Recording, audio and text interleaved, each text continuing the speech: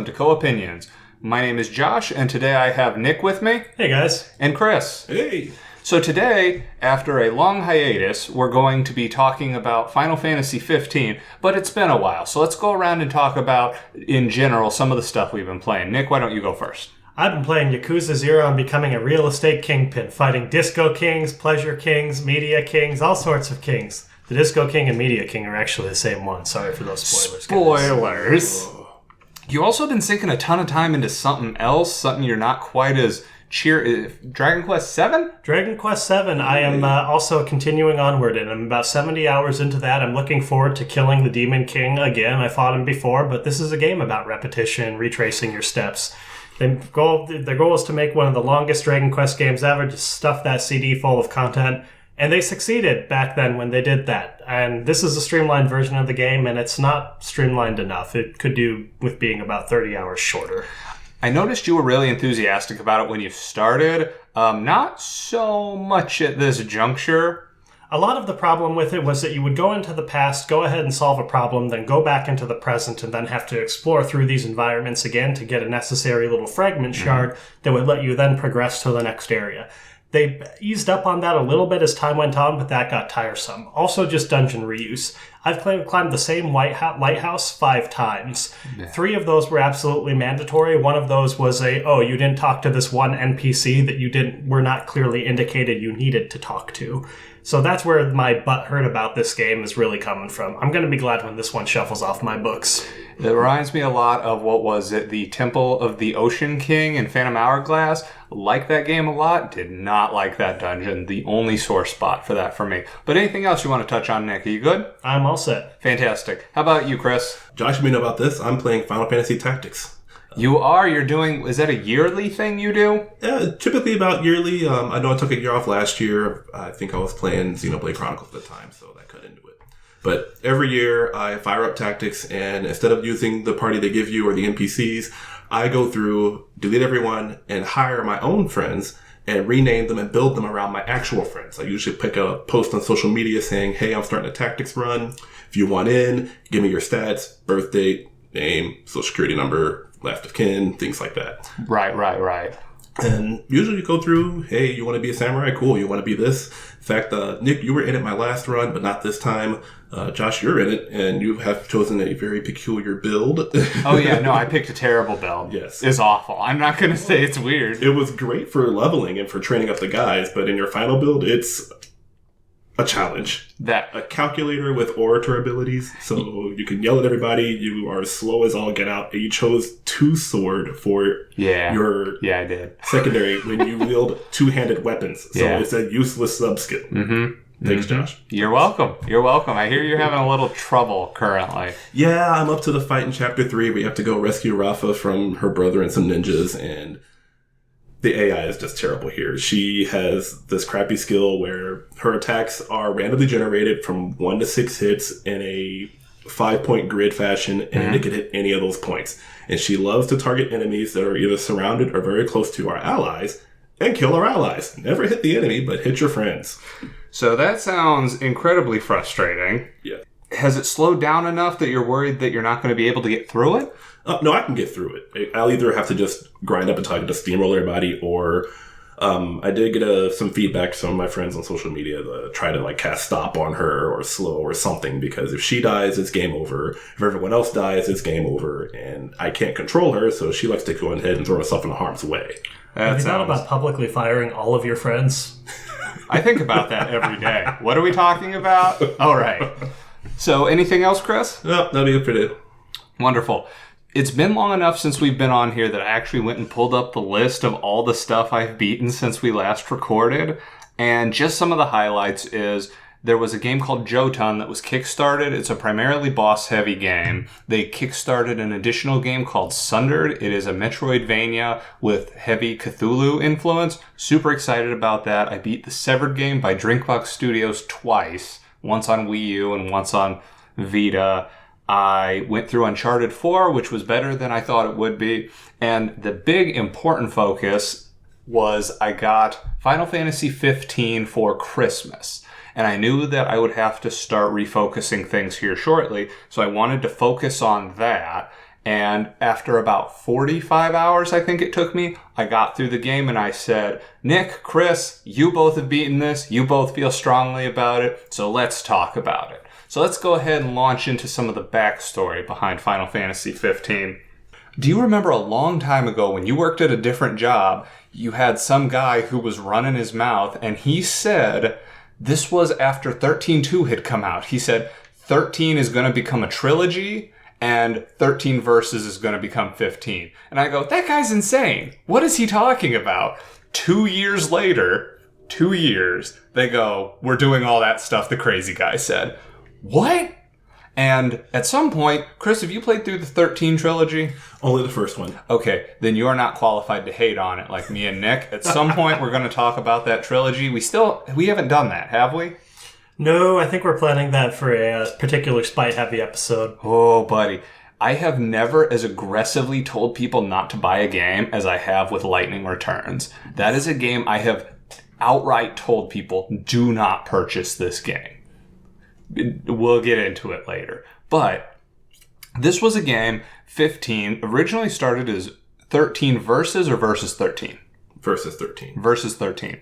And it was intended to be part of the 13 Fabula Nova Crystallis.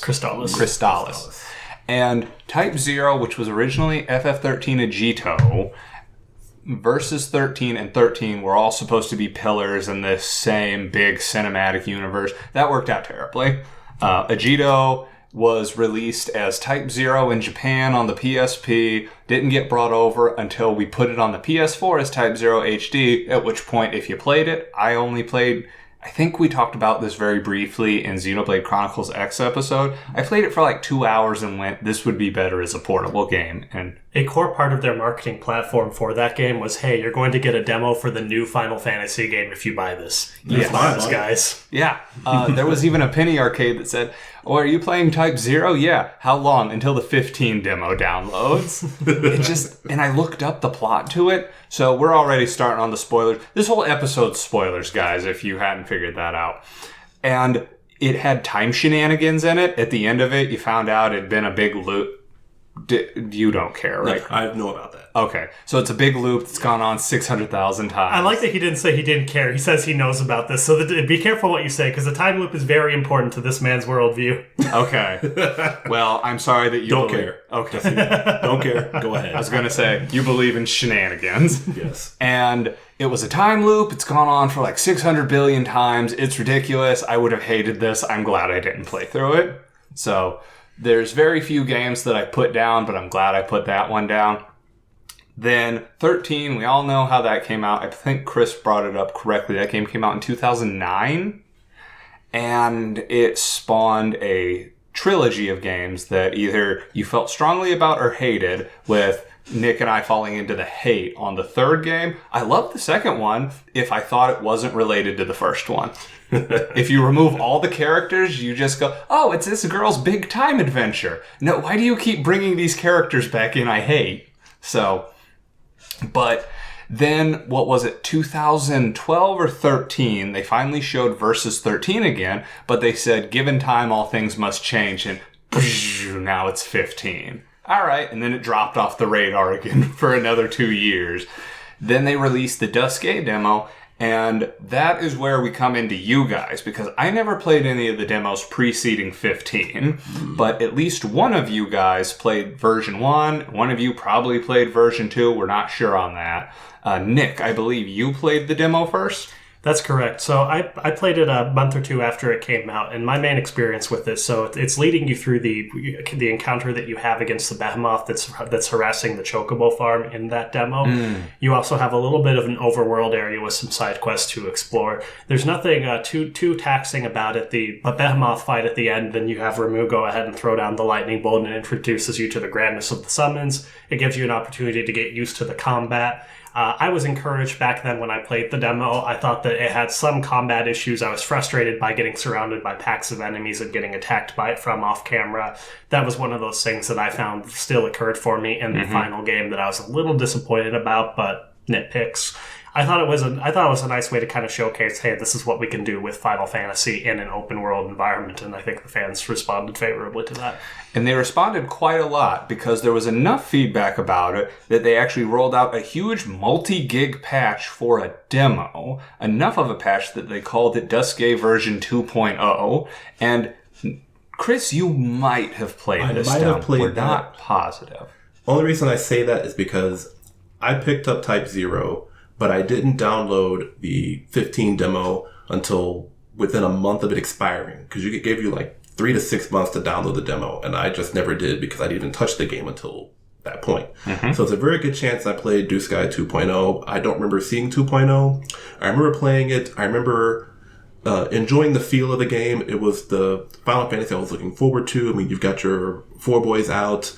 The car is broken down. You're going through the open world scenario. You've got these monsters coming at you from all corners, like Nick mentioned. You still have the Behemoth quest, which concludes with Ramu. But you can still go around and explore, wander around. You can go to the Chocobo farm. You can go into the local town that was nearby. One thing of note that I just recalled is that you also get to go ahead and go through a dungeon there. You're just fighting the goblin enemies, so it's a little bit monotonous, but you've got that first showcase of, hey, this is how we're going to design these dungeon areas. And one thing I do remember that the demo did that was not in the final game. When you go to camp, the level up screen is completely different in the main game, in the final build, than it was in the demo. Because in the demo, it had a splash screen that popped up and the meter filled up across, as opposed to the new splash screen, which is a wheel. And it also commented about what your other characters did. Like, when you wake up after sleeping in a tent, you have a chance to go on a singular mission with one of your friends. And then the other 2 do their own thing.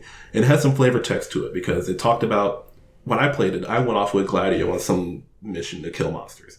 And when we got back to camp, it talked about what Ignis and Prompto did. And it said in the little blurb, Ignis disguising a recipe, which is a common trope of the new game, and it mentioned that Prompto bumbled around for a bit. And I love that text. It's like, this is exactly what I expected from that character. And the character interactions is something we're going to touch on a lot when we talk about the game proper. But after that demo and the version 2.0, prior to the game's release, they came out with the demo that was accessible by everybody, the Platinum demo. Now, did either of you play that? Because I never actually got around to I played it 3 times. Wow. Yes. Why? Let me rephrase that. I played it twice, and I had my 4-year-old son play it once, because he really wanted to play it. Okay. I did not care for the demo. It, ironically enough, did the opposite effect for me. I was super hyped for the game with the Blue Sky demo. The Platinum demo almost put the brakes in me wanting to play the game. Interesting. Why? The Blue Sky demo, open worldness, I was feeling the combat system. I was feeling the joys of, okay, we got your brother in arms. We've got a clearly designed mission. We got to stop the Behemoth. The Platinum demo is, okay, here's Kingdom Hearts with Noctis. And I did not really care for that. Now, I'd heard when you finish it, you get access to Carbuncle? Correct. And I named our Carbuncle Carbizzle. Yes. Okay. But he only shows up in the main game for me twice. When I loaded the game, it said, hey, you got Carbizzle. And then in a photograph that Prompto took sometime between Chapter 1 and Chapter 13. Nick? Carbuncle does appear in the game on easy mode. If you lose all of your hit points, he comes back and resurrects you using Ruby Light. That's the only real source of integration I saw outside of what you said about, hey, you have Carbuncle, and as well for the appearing in the photographs. I thought I was also disappointed by the Platinum demo. Chris referred to it as Kingdom Hearts, and that's pretty apt because it essentially shows you with Noct wandering through this dream world, and you're doing these little combat test challenges. I kind of felt the episode Duce demo went ahead and showcased the game, what the game design, that open world aspect, and this was meant to be a lot more of just a generalized technical demo, showing off some of the flashy effects. You have Leviathans summon start to appear before dissolving into sparkles. You have a little bit of stuff involving the combat, but it didn't quite immerse you in with the true feel of the gameplay, I thought. I thought it was kind of a weak demo, and I think it is kind of weird to think that you have two demos that you have to play. One to see the technical effects, and one to go ahead and see the gameplay flow. You have to have the complete demo experience before you decide to buy Final Fantasy 15. Well, when that game had been in development for as long as possible, they talked about how much was riding on this game. The amount got scaled back dramatically, but originally they said they needed to ship 10 million units to essentially save the franchise. Wow. Now, they scaled that back to, after it went out, they said, oh yeah, we shipped 6 million units in like the first month. And they go, we're good. We were worried, but they introduced the concept of the Season Pass DLC that we'll talk about near the end of this podcast, and they anticipate that to give it a very long tail.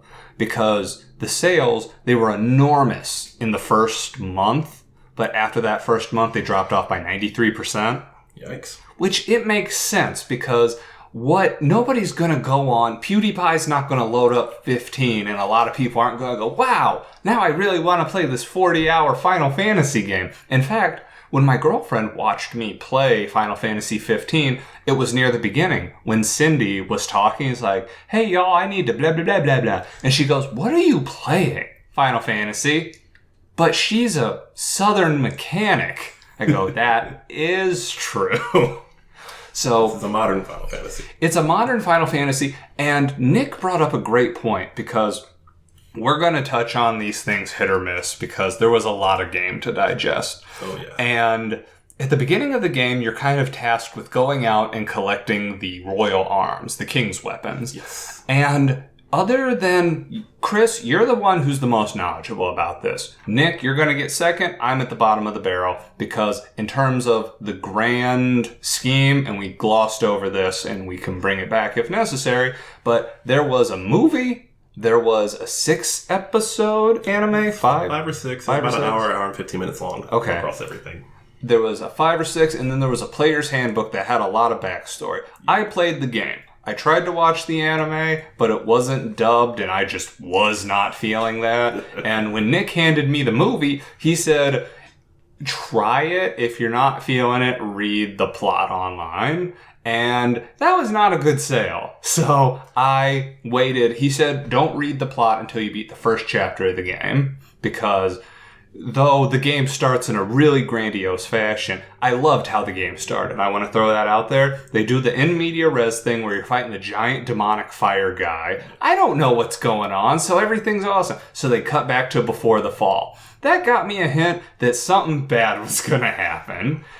But it cuts to you guys all in your car, and then it breaks down, and they start playing Stand By Me. I go, this was a good opening. This was no 3 hours trying to get out of whatever that terrible place was in 13, where you fight a giant machine at the end. Anima, I think the machine was. Whatever. It was terrible. The intro for 15 was so much better. Yes, it was. 15 minutes and you're off wandering around that big overworld, seeing what's over the horizon. Oh, it was great. If they did drop the ball a little bit, to me, it was the fact they mistranslated Sydney as Cindy. Mm-hmm.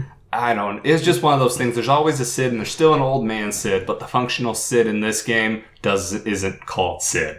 I disagree with that. Sid still does the weapon improvements for you. He still has a decent sized role, and he's important for plot purposes. Well, he's important for plot purposes, as we've talked about the free prequel game that's now free for everybody, A King's Tale. He's actually plays in that heavily. Chris, we got to hand it over to you on this one. Is he somebody who provides backup? It's about the king telling a story. I would say A King's Tale, you control King Regis. He's actually telling a story to Noct. Takes place 30 years ago when he's young, and it brings up other characters you encountered in 15. It brings up Wescombe, which is the old man you meet in Altissia. Mm-hmm. He's one of his stewards who shows up as an assist. So when you're fighting, you hit a combination. Wescombe comes out, shoots his guns, kills a few enemies, and then warps out. Okay. Sid shows up, young Sid with a spear, or lance, if you want to call it. He comes in, does a dive bomb attack, burns up some enemies, and takes off.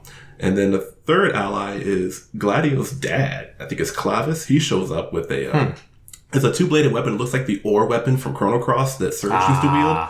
And he just comes in and just spins around and knocks the heck out of enemies. And that's how they function in gameplay. They're assist guys. You hit the button combination, they come out, hit for a little bit, then jump away. But they are present in the storyline. As you pick them up, they have their commentary about what's going on. They're traveling with you. Mm-hmm. You get a bit of backstory there. In my opinion, Sid plays a bigger role in A King's Tale than he does in Final Fantasy 15, because outside of upgrading a handful of weapons, he's just there. He's just an old man in a chair, relaxing, enjoying his retirement years, watching the young kids take on the new quest. So he did exist. Sid did exist, yes. But I'm not confirmed that. Right. But I would still say that while he did exist in... I'm trying to think. I can remember his role in almost every game since the 4th one. I can't remember him in 1, 2, or 3. I want to say he was in 2 and 3, but I cannot remember. He was not in 1. They had somebody else who filled the airship role. Mm-hmm. But as far as significance, Sid was very significant in Final Fantasy IV. He was a playable character in 4 for a while. Mm-hmm. He was present in 5, him and his grandson Mid with the fire ship, and they were central to the storyline, but they were not playable. In 6, he was very significant, being Celeste's granddad, tied to the Empire, major plot point, but not playable. 7, the most iconic, extremely playable, cousin Sid, everything about that. 8, he was the headmaster of the school. Dark Sid. Yeah. He looked like Robin Williams. He did. That makes me sad. I know, it touches. In 9, he was the king of the kingdom that escapes me right now. I think. I don't think it was Limblom, but he was a frog for about 80% of the game because of a curse. Oh, right. Did he have a rad mustache when he came back? Big old rad mustache. Okay. But anyways. Yes. So on and so forth. So on and so forth. So that was my only thing, was the Sid who was central to the games. I always felt like he was more active. So he was in it, and he did stuff. But I felt the like most passive version of Sid we've had. Right. Which I kind of just wish he would have been more active, truthfully. Don't get me wrong. I like Cindy for what Sydney was supposed to do. Yeah, no, you got it. And she wasn't a bad character, but it felt superfluous to have Cindy and Sid, personally. One quick note on her that amuses me is whenever you have the Regalia service, and actually, rather than actually animating her going under the hood at all, it's just the same area where they fill up the gas tank, and she's just... And that should do there, and then close it up. You fixed my gas tank. The Regalia is perfect after I've gone off-roading. And now it can fly. And game spoilers. We're going to talk about that later for certain. I got many opinions about the Regalia F. Well, I have one opinion, and it's useless. But... I agree with Josh. So... They send you out, going back to what we were talking about, you're going to get the king's weapons. Why are you going to... You're trying to go to Altissia. That's what you're trying to do. Why are you getting the king's weapons? I thought those were kind of two separate links, Chris. Correct me if I'm wrong. I thought for the king's weapons, then your goal was to go ahead and get those so you could fight the Empire and retake Insomnia. And as far as the Altissia plotline, that was strictly around Lady Lunafreya. Correct. And that's where I was getting my wires crossed, because I commented this to Nick. Near the end of the first chapter, you're talking to Dino, and he goes, okay, make any preparations you need, because you're going to Altissia and you won't be back for a while. I'm like, okay, I'm going to go do a whole bunch of side quests. So I go and do them, and I come back. It's like, psych, your dad's dead. What? So, and of course, Nick reacted the exact same way. And... I went through, and at that point, that's when Luna started running around and trying to summon the 6, but they didn't really tell you why in the game. Just suddenly she's like, I'm going to start summoning gods. And one thing I did like was they didn't just call them by their layman name. They didn't just call them Titan and Leviathan and Rama. They actually gave them big fancy names that I can't remember now because they're big fancy names. Chris, you might remember any of them. I don't. Not off the top of my head, but they did have the more esoteric names for them, like the Fulgurian for Ramu, the thunder god, because Fulgur is tied to thunder. Mm-hmm. But they didn't really explain why she was doing that. That's why the King's Weapons things threw me off, because, yeah, that's a power directly tied to Nox's lineage, but... They didn't really mention, other than the fact these are gods, why are you going to... They're going to extra help you? There too, Kor starts you off on that path, and he sees you off to Altissia at the end of chapter 8, and after that it's like, bye Kor, see you never. Yeah. Pretty much. And, right? That was Kor the Immortal, right? Yep. Yeah, I thought he was going to come back, because Nick had told me before I even started the game, he goes... There is a fight near the end of the game where I went, this is cool, but why am I doing this? Then, Chris, you'd mentioned the big takeaway from Kingsglaive, the movie. The movie, yes, Kingsglaive. Kingsglaive. You said the big thing was that the Kingsglaive was manipulating the crown from behind the throne, was one of the things. So I thought Kor was going to come back and I had to fight him. They were kind of setting it up as like, Can we trust him? Can we not trust him? Is he just being friendly right now? Betrays the Empire? Nope, he's okay. He's just gone. Yeah. So that wasn't quite how I interpreted that whole section of the movie. I thought the betrayal for the Kingsglaive within that movie was just supposed to be about the refugee discontent. You had these people who had fled from war-torn lands into the capital, and they're not happy that King Regis is trying to make this peace. I thought that was its own self-contained plot point, kind of independent of the game. Which is something I wish they did tie back into the game, because that was a very interesting plot, if you will, that because of the ravages going on between what the Empire is doing across the land and Insomnia being the last stand of refuge, you got the refugee problem. It's big in the movie. It's not even mentioned at all in the game. Now, you do your thing first. And to that, to when we talk about this as kind of an interconnected universe, and I feel like we get glimpses of how these worlds connect, but I don't think there is much of a direct link. I feel like I could have skipped the movie, which the movie kind of focused on setting up how Insomnia fell. That's useful information, but not necessary for the main game. The anime gives you some more backstory about the individual characters and gives you some highlights into their personality. Interesting, not necessary for the big game. I feel like for a developer, that's kind of a tricky thing to do for how much you should tie these extended media properties into these main games. Especially with the fact, something we touched on, and I'm going to jump ahead here for just a moment because this was the most flagrant time this happened. In Chapter 13, so we're going from Chapter 1 to 13 here, something they don't do is give you perspectives outside of Noct's perspective. Now, that's really useful in some regard because it doesn't disconnect you from the character. You still feel like you're involved with this character because you're seeing everything through his eyes. But when Noct solo went into the Empire, it was actually Capital City or something. Something like that. Something like that. There was nobody there except for monsters, and I didn't find enough of the little logs around that eventually when I got near the end, I fought this big hulking monster, and I go forward a little more because prior to this, you had only seen the bad guys from the Empire like once when they invaded Insomnia near the beginning. You only saw the bad Emperor one time at that point. And then when you regroup with your people, they go, is that the Emperor? That's it. Ignis says it once. And Noct comments, there's nobody here. So after that, I ask Chris, I go, is everybody in the Empire dead? Did they turn everybody into demons? And because they never took you out of Noct's perspective, you had to witness it from there, which was strong because you got the same sense of confusion. You didn't get the sense of helplessness. I don't know if you did, Chris, but I know Nick and I didn't because we grinded up. So we did so many quests before we went there. They're like, you need to sneak around. I go, I'm not doing that. I have a death ring. I'm just going to murder everybody. Dude, I played it straight. I went in and pulled Solid Snake in Chapter 13. I do not like stealth survival horror games. They're pretty low on my genre list. But I enjoyed what they did here. I understood what they were going for, and I appreciated it. I wouldn't do it again, and I could definitely see why people hated it. I understood it, and I played it straight. I think one weakness with it was from the pacing perspective, where you had a lot of those linear chapters that were fairly short and grouped together, and this was rather long. You went through a lot of monotonous corridors in that. But the whole time it's like, okay, what's going around this corner now? Is it going to be an MT? Is it going to be the big bad? Is it going to be my friend? Or is it going to be just more death waiting for me? And because it wasn't, they had to balance it. And I'll dial it back several chapters after this.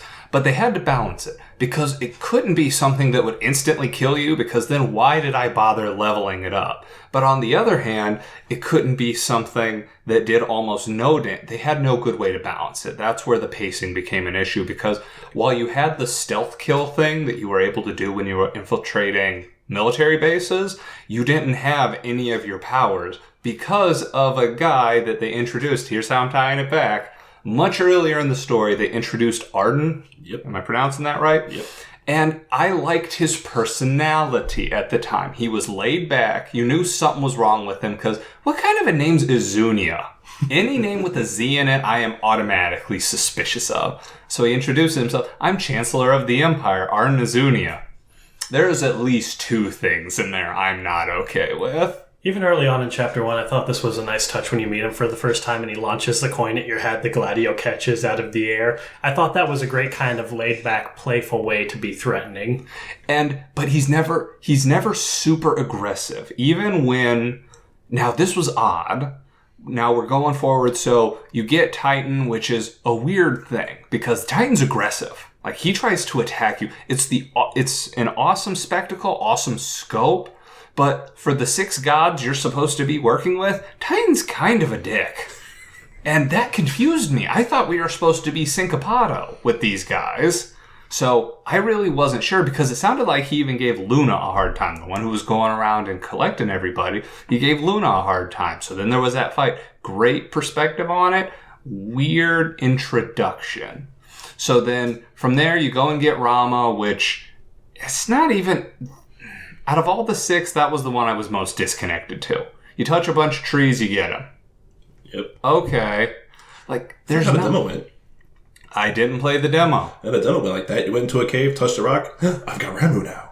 Yeah, but it kind of makes sense as a trial. It doesn't make sense as you're supposed to, like, be with these guys. They're supposed to be your homies. There's no explanation for why they should deign to assist you in any of this once that happens. You touched my rocks. Thank you for touching my rocks. And there's a backstory talking about, I don't remember what brought it up, how once upon a time the gods chose the king, your lineage. The cosmology books, did you read them? No. Well, I read some of those were the pamphlets you found. Pamphlets you found across Disguy, Clane, and I forget the third region, but yeah. They brought them up. Oh, go ahead. I found those, but I found them in such a disconnected fashion that I never connected all of those dots together. I'd find one, and then 15 hours later, I'd find another one, read that. It was never something that stuck with me enough to really build a full narrative.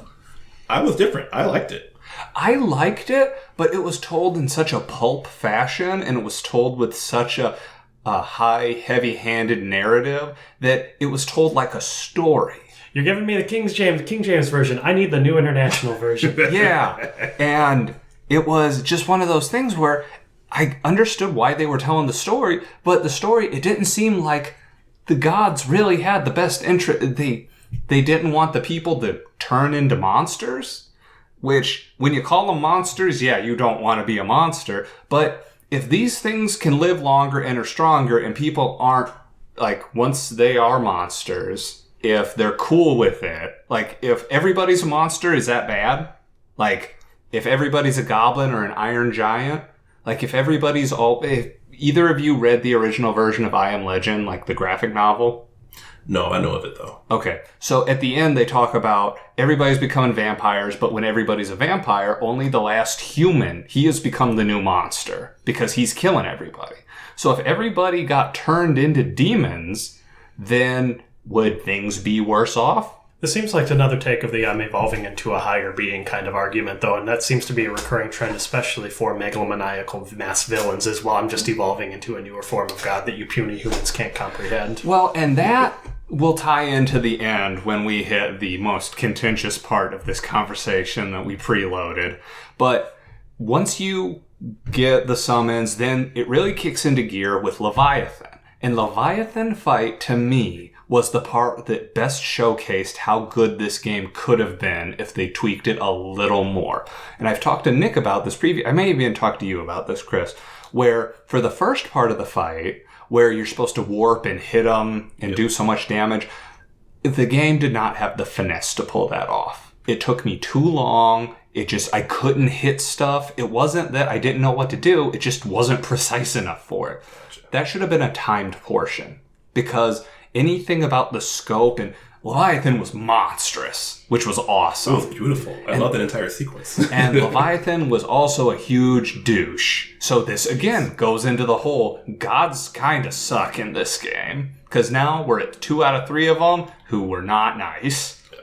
To that about that fight, that was a complaint I've had back with our modern era of gaming as far back as Castlevania Lords of Shadow, where you have a section that's set up to be very, very pretty from a cinematographic perspective, but that I feel doesn't work from a gameplay perspective quite as well. I felt like the Leviathan fight could have been a cutscene. It wouldn't have been as immersive, but it wouldn't have left me going, come on, can we speed this up? I know you want me to do a thing, but this... You're supposed the first half or the second half? Well, first half. And I'm going to touch on that too, because after you brought it down enough, you go Super Saiyan and you can't be killed, which was awesome, but you did almost you had to do so much damage. Well, you are taking down a god. You are taking down a god, but you couldn't die. Like, there was no risk. And because it took so long, it detracted from the spectacle of it, because it took like 5 minutes of just spamming the same smack attack. There's a fine line to be walked between setting the theming through your gameplay of making it feel like you're taking on some powerful entity,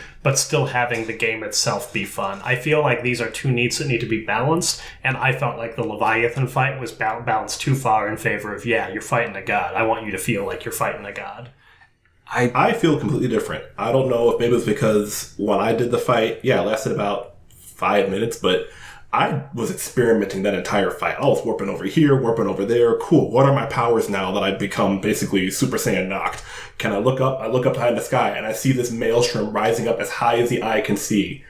Leviathan is whirling around. This ginormous blue dragon with the intent of making me dead. Super Saiyan mode was different, though. I enjoyed Super Saiyan mode. I didn't enjoy that first half of the fight where it was just, I'm powerless, well, let me try and warp over here and try and warp strike him. Nope, that's not working that really went well. quickly for me. I don't know if I just lucked out and did everything right or what, but it was over in not even a minute or two. I did not have that luck because I did a lot of warping around. I couldn't get it to consistently hit the eye. Like, I would warp up to it, and then as I started falling, I'd start swinging. Like, great, I feel like a warrior king. That's the added Mantoise fight, except multiplied by 2.5 hours, just so you know. Awesome. Maybe not getting the platinum on this one. Maybe. Well, I know it's a little bit derailing, but how long did it take you to beat Anime Toys? About 2.5 hours, I'd say. I was doing about 5,000 hit points per attack against him. It took me 20 minutes. Well then. Well, maybe. I don't know. I could never be a white supremacist because Chris is way better at video games than I am. Well, we'll discuss that part later as to why it took me so little time. But. I thought you meant we were going to discuss the white supremacist thing. And I'm like, maybe we can just table that. Maybe we don't come back around to that. But, so, you believe that the Leviathan fight was bound. I think the whole taking down a god thing, I think the Super Saiyan thing would have been better if I would have felt there was any risk at that point. You regained health so fast that there was zero risk. So why make it so it takes a decent amount of time to kill him? Like, there's no risk. Just make it a thing. Just go through and make it a quick time event instead. But it kind of was. It kind of was, but I was just saying multiply the damage you were doing by like 20. Like, so you're doing just like huge amounts of damage, so it doesn't take 5 minutes to kill this exactly. That's what I would have suggested. And at this point, to me, now they had the passive aggressive Arden flipping the coin at Noct at the beginning of the game. This was the part where Arden officially became the bad guy because he killed your super hot girlfriend right in front of you. And that's when I went, no, not Luna. For some reason, I have an attachment to her, even though I've never met her. I had a bit more of an attachment only because I watched Kingsglaive. If I had not watched King, I've been like, oh, my girlfriend who I've been trying to get to all this time died. Alright, I guess I'll kill you because you killed her. Not like, no, we were almost together. It was going to be good, man. We're going to get married. We're going to save the world, unify our nations, and you screwed it all up. I feel like they're trying to build that attachment. Like, I remember the side quest where you go find Lady Luna Freya's wedding dress. Right. It just never really sunk in for me. I never cared about her as a character. I cared about her as a character, but not waifu level. Like, if either of you guys get around to playing Danganronpa, there were times I was rocked to my core. When it comes to the PS4, I'm playing it, man. I got the first and second one and the spinoff all pre-ordered, even though I beat the first and second one on my Vita. But that's an aside. So from there, you get the Shiva summon, which to me was really weird out of nowhere. Shiva is another one of those cases where you kind of have more of kind of an ally figure, though, if you're talking about the 6 through Lady Genitiva. But even then, her interactions to me were not organic. Like, they kept shoehorning in, hey, remember this chick you've always known your whole life? And then to remind you she was there in some of those pictures, it'd be like, hey, look, there she is magically. Watching over you all the time. Right. It felt... I felt her introduction could have been better, but that's also because she wasn't introduced except in the anime series. She was introduced in one of those episodes. Oh. Otherwise, when the game show's like, oh, hey, here's what you've always known, I had no idea. Yeah, see, and that... I understand it's one of those things. Chris, you've said it before, and Nick, we've agreed on this. The game didn't do great at world building. It did great at character interactions. You felt like these 4 guys were actually friends, like they bantered, and it went well. But as far as creating something that you felt invested in, it felt like you were dropped in the middle of a formed world, not a world that you were getting built around you. There was some story. The story was great. The storytelling needed work. Mm-hmm. And I'm going to go ahead and we're going to trot toward the end here so we can talk. Oh, can I say one last thing just on that point? I agree with everything that was just said there. I do enjoy it compared to Final Fantasy 13, where a lot of times you'd have cutscene and then a whole bunch of text logs that would pop in your thing that would just be, all right, now read these text logs to understand what all of this jargon we've just spewed at you meant. I feel like they tried to dial it back a little bit and do a little bit more minimalistic, and they overshot, unfortunately. They did. Yeah, and it was better than 13, but 13 was a real low bar. I mean, 13, I'm not hating on it as much as people do, but 15 blew it away. I will hate on 13. Right. And we'll save that for another episode. Yeah. Oh, yeah. Well, we already know where we have some disconnects with the Final Fantasy series. Yeah. I can't wait for the much superior 12 to come out. What? Do something. Hey, I'll give it a shot because it's going to be the international version, too, which is supposed to play better than the original one. But that's neither here nor there. Well, that's another time. Another time. Maybe we'll revisit that. And so you get the Shiva summon, then you're at the end of the game. Arden has explicitly been stated to be the bad guy, and right before you go up to the crystal, Arden introduces himself. He's like, oh yeah, I'm the one doing all the bad stuff, and you can't kill me because I'm immortal. What? Oh, my original name is... Can you give me the original name, Chris? Arden Lucius Calum? Yeah, so he is the original first king. And he goes, you'll never guess who Izunia was. And right now we can't because they still haven't told us. But... DLC, man. Yeah, there you go. So Noct gets sucked into the crystal where he ends up talking to Bahamut, who looked kind of awesome. He looked like a Dragoon Transformer. I mean... That's a very valid, accurate description, I would say. Right? Yes. I love the Dragoon look, but the Transformer thing, it was thrown off because you used Bahamut once in the game. But it was really freaking awesome. I'm imagining jumping into him like he's a Gundam and flying Bahamut around. I would buy a robot mecha from Final Fantasy spin-off. I'm shocked. They did it in 13. I was about to say. And it wasn't that great. No, Never it wasn't. Mind. All right. Exactly. So, no. So... When you get up to this final confrontation at the very end, I'm telling Nick, I go, I thought I need the blessing of the 6. I got 5. And then as I'm going in, Arden goes, Ifrit never agreed with the rest of them. What? Yep. Boom! Demon fire! And I send messages to Nick. I go, wait a second. Oh my god!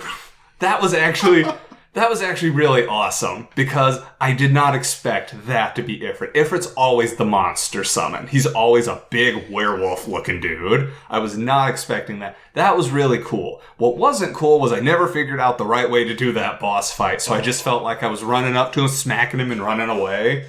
I don't know if there was You could warp up the building? Yes. Was there a reason to? Like, I got halfway up. He'll chase you up the building. He will, and he knocked me off. Which was awesome. Oh my God. I could never get him to do that. So then... Well, I think the main value of that is that you get to increase your Warp Strike multiplier to go ahead and knock him down. Yep. Warp Strike times 8. Okay. Tons of damage, man. Got it. Okay, that would have made more sense because then Bahamut shows up the only time in the game, and I said, so is this Knights of the Bahamut now, or what? Because can you tell me it was different? No, I mean, it was just one dude with a bunch of swords. And was Ifrit the strongest summon? If Bahamut could only knock him off his chair or whatever he did, why was Ifrit so strong? Why did Bahamut not kill him? If Shiva could have killed Ifrit like she does at the end of the fight, why did I have this fight? It was a really cool fight until it went on too long, like a lot of these fights tend to do. And that was my problem. And that was a cool thing where your whole team, you bring the team back together because when you were in that crystal, you were in it for 10 years, which was another cool oh no moment. World of Ruin, man. Exactly. And we're rapidly approaching the part where we got to state our opinions and amicably move on. But after you beat Ifrit, you go in, and Arden, here's what threw me off is, they're like, we're going to see this through together till the end. And Arden goes, nope, smack, smack, smack, and knocks the 3 of them down. Do you think they died? I never even considered this till later. Do you think he killed them?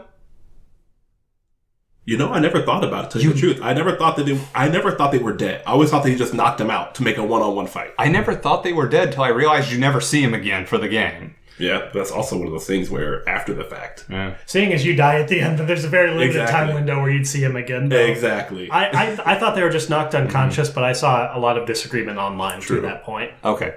And so you have this cinematic fight with Arden, and this right here, because the fact that he couldn't kill you, because his big thing was, millennia ago, the gods said, hey, there's a bunch of really bad stuff you need to take care of, so here's some magic, go take care of it. Now, I have not found a consensus online whether or not they said destroy it explicitly or just take care of it. Because if they said just take care of it, then he took care of it his way, which was he absorbed it into himself. Now, here's where I see Arden as a sympathetic character, personally. Because the gods said, take care of this, and he did, and they went, no, now you are as monstrous as the stuff that we didn't want getting around, you don't get into heaven.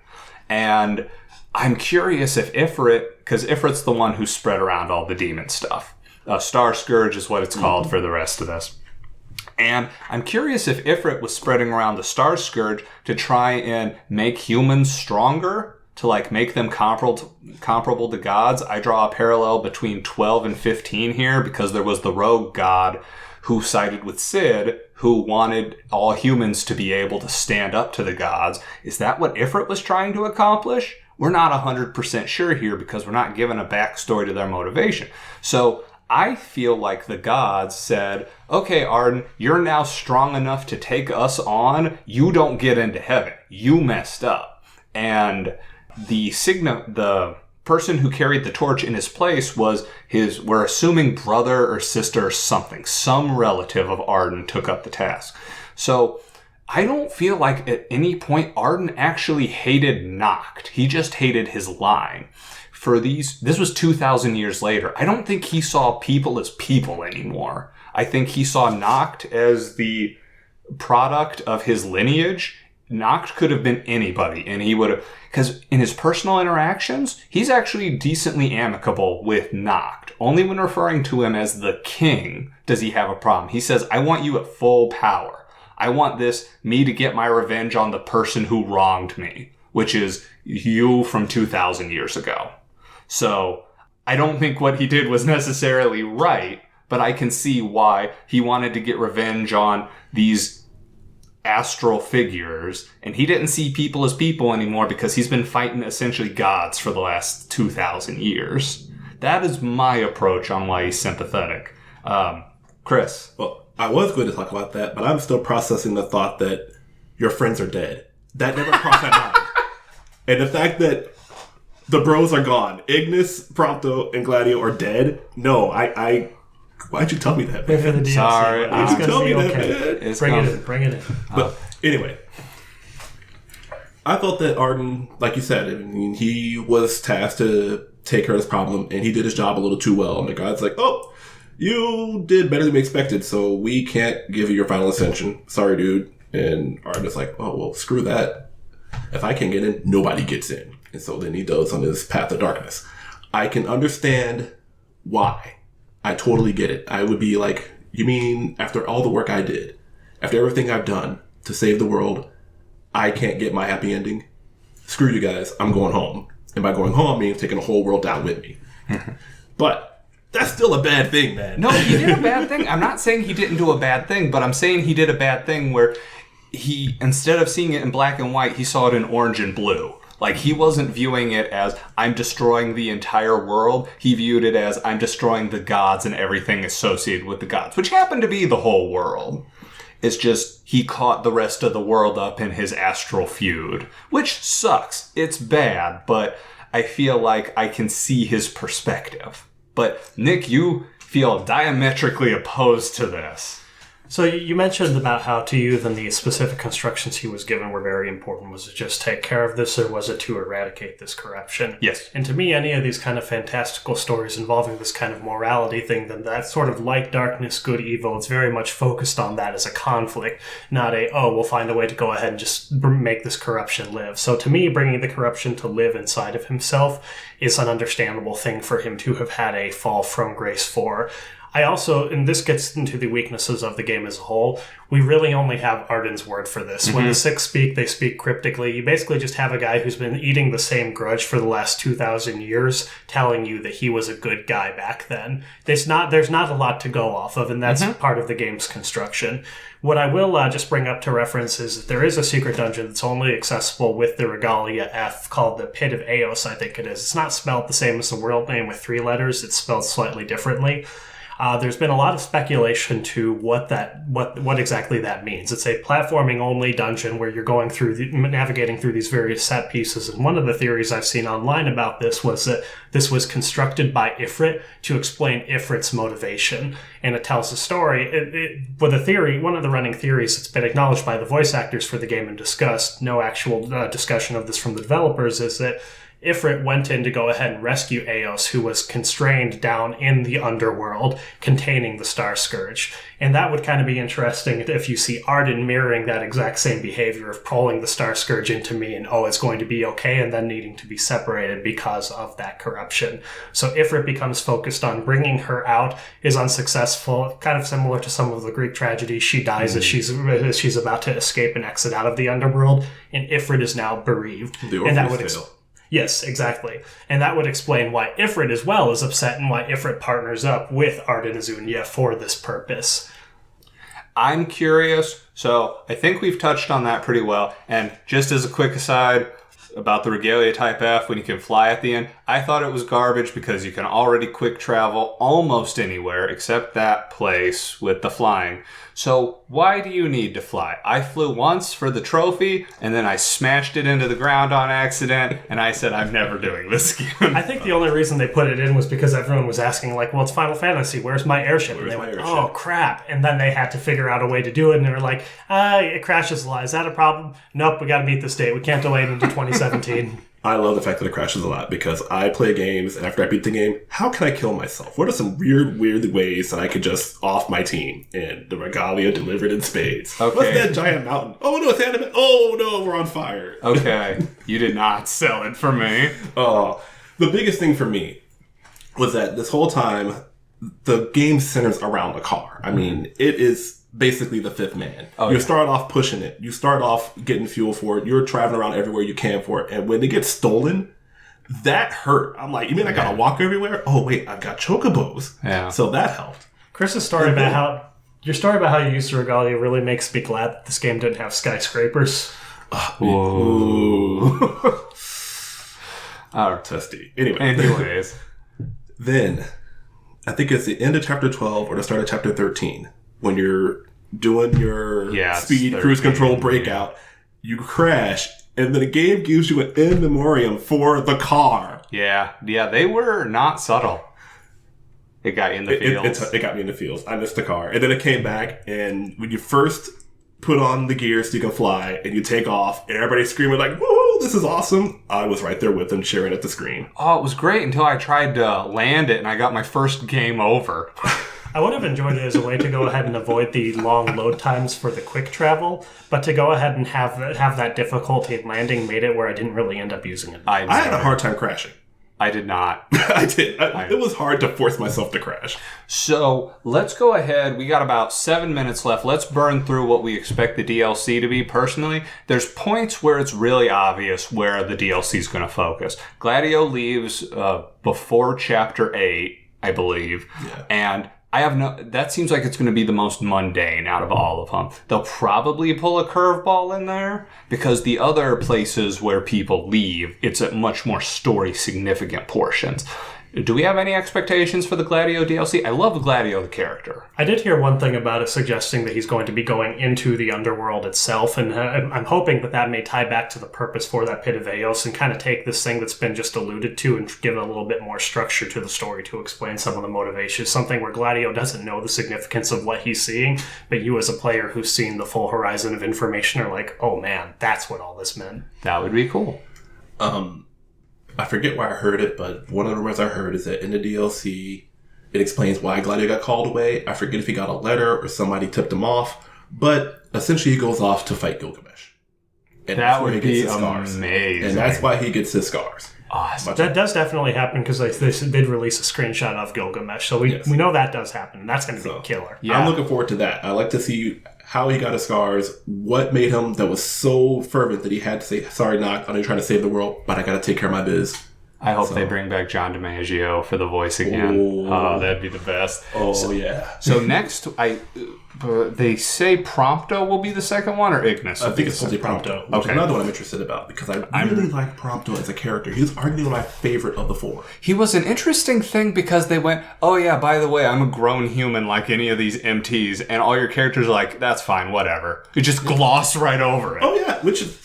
Dude, it makes perfect sense in the context of have they been friends? It does. Yeah, because you didn't watch the anime series. Yeah, they have huge backstory. I know that, but I feel like from a player character perspective, he's like, I'm an artificial human, and everybody's like, that's fine. They just don't.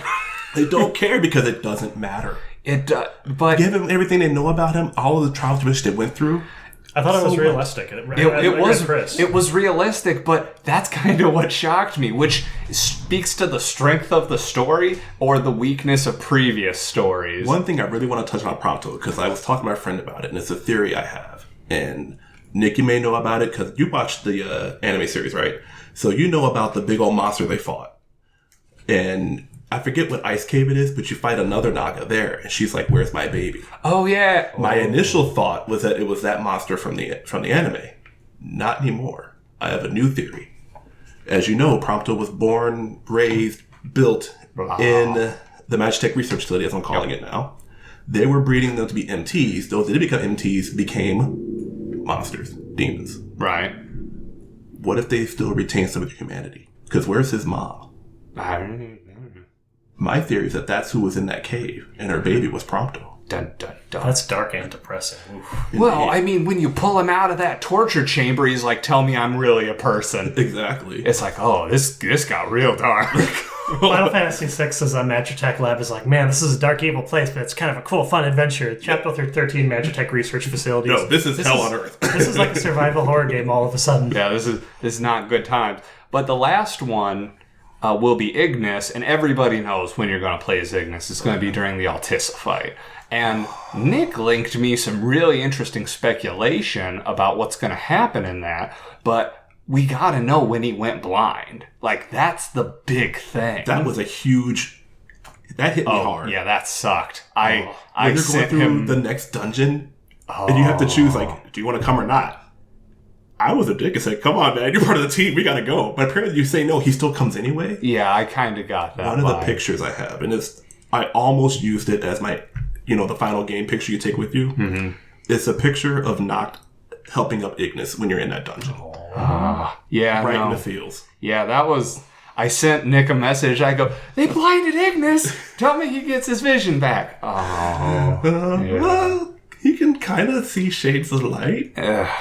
But of course, now that I thought I was going to see the light of day after Noct saved the world, but you're telling me he may be dead on the floor with those corpses. Oh, that was me. I think he's alive. I said he might be dead on the floor.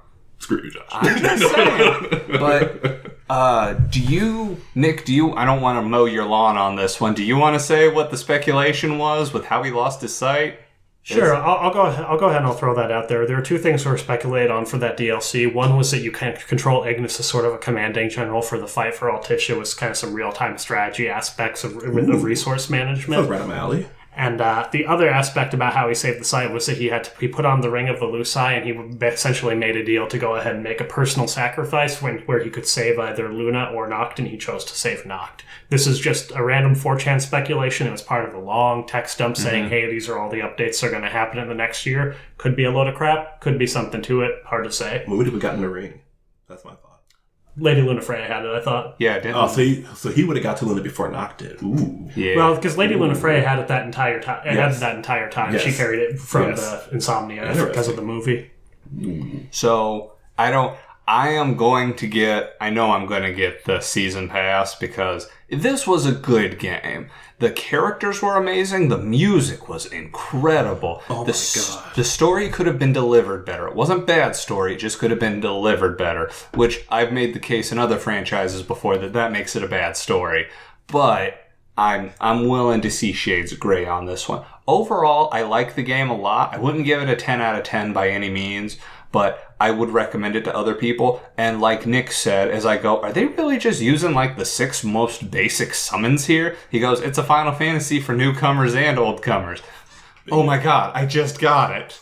So I liked it. And if they continue to expand the universe, I won't ride this pony into oblivion, but I'm more interested to see what they have coming out in the future now than I was after Lightning Returns, where I was ready to bury the franchise. Final Fantasy 13 left me, when they announced 13.2, I was like, well, I felt like we kind of had a pretty good self-contained plot in 13. With this, I again feel like the plot's self-contained, but there's more about the world that if they said, and now you're going to see this aspect of the world, Niflheim before the fall, let's say, I'd be like, well, yeah, sign me up for that. I'd be interested.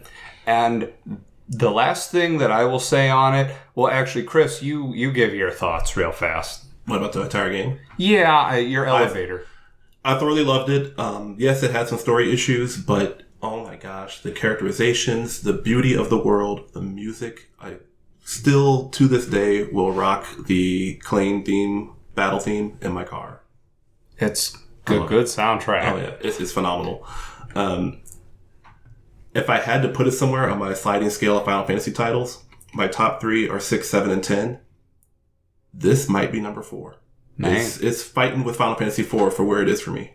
Well, all right. Tied for 6, 9, and 12 for me. How about you, Josh? I can't say I've thought through to number them. I know that out of the 3D games, it didn't beat 12 because that's your baby. That's my jam.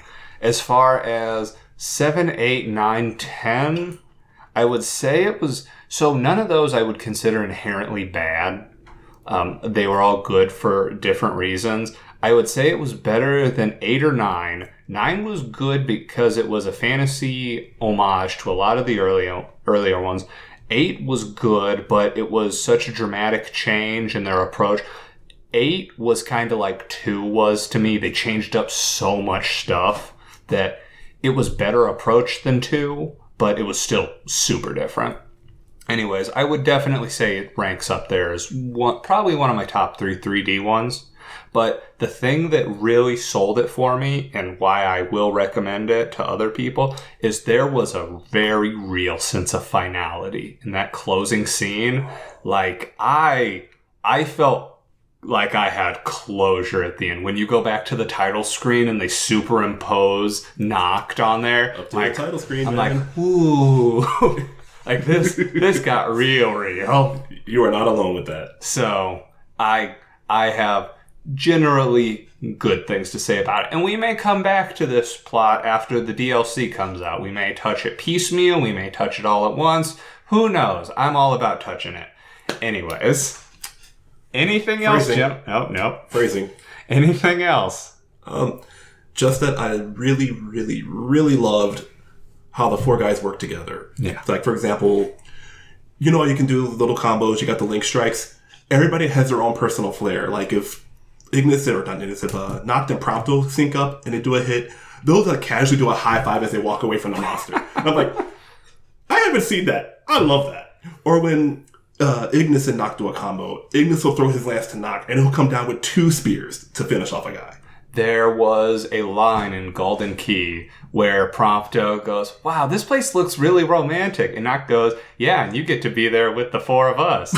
And Gladio goes, very romantic. And Ignis goes, what a lucky guy. That was the point where I went, this feels good. Yes. They are bros. It was good to see that type of dynamic amongst the characters. Yeah, it was a strong dynamic, and we're not going to even begin to talk about the allegations of sexism that were associated. We're just going to skirt past that, a lot of people said that without a playable female character... I would just like to touch on that really quickly. So I do think that's a little bit of an unfair criticism, since you had the Lightning series with a female lead. In 13.2 especially, you see her sister, where her whole focus is not on any sort of guy. It's just on, let me rescue my sister. To me, it's fine to explore these themes of brotherhood, and I enjoy seeing that explored. I think sexism is a baseless charge. I think that the brotherhood thing was a big thing. They did have some incredibly strong female characters in this game, so I feel like it was an allegation for the sake of complaining, not that we ever see that. Remember when Aranea makes fun of your disguise? That was that was great, because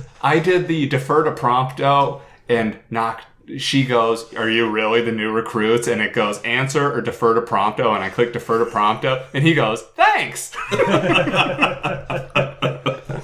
And I actually laughed out loud. But there were a lot of moments like that in this game. Do we have anything else? It's great. Go play it. It was great. I definitely recommend it. It's highly recommended. Good times. All right. Well, Chris, thank you for being on. Thank you for having me, Josh. It's good to be back. Wonderful. Nick, thank you for being on. You guys are the best. We love you too, Nick. Don't forget to go online and hit us up with your opinion of this. And until next time, this is Co Opinions.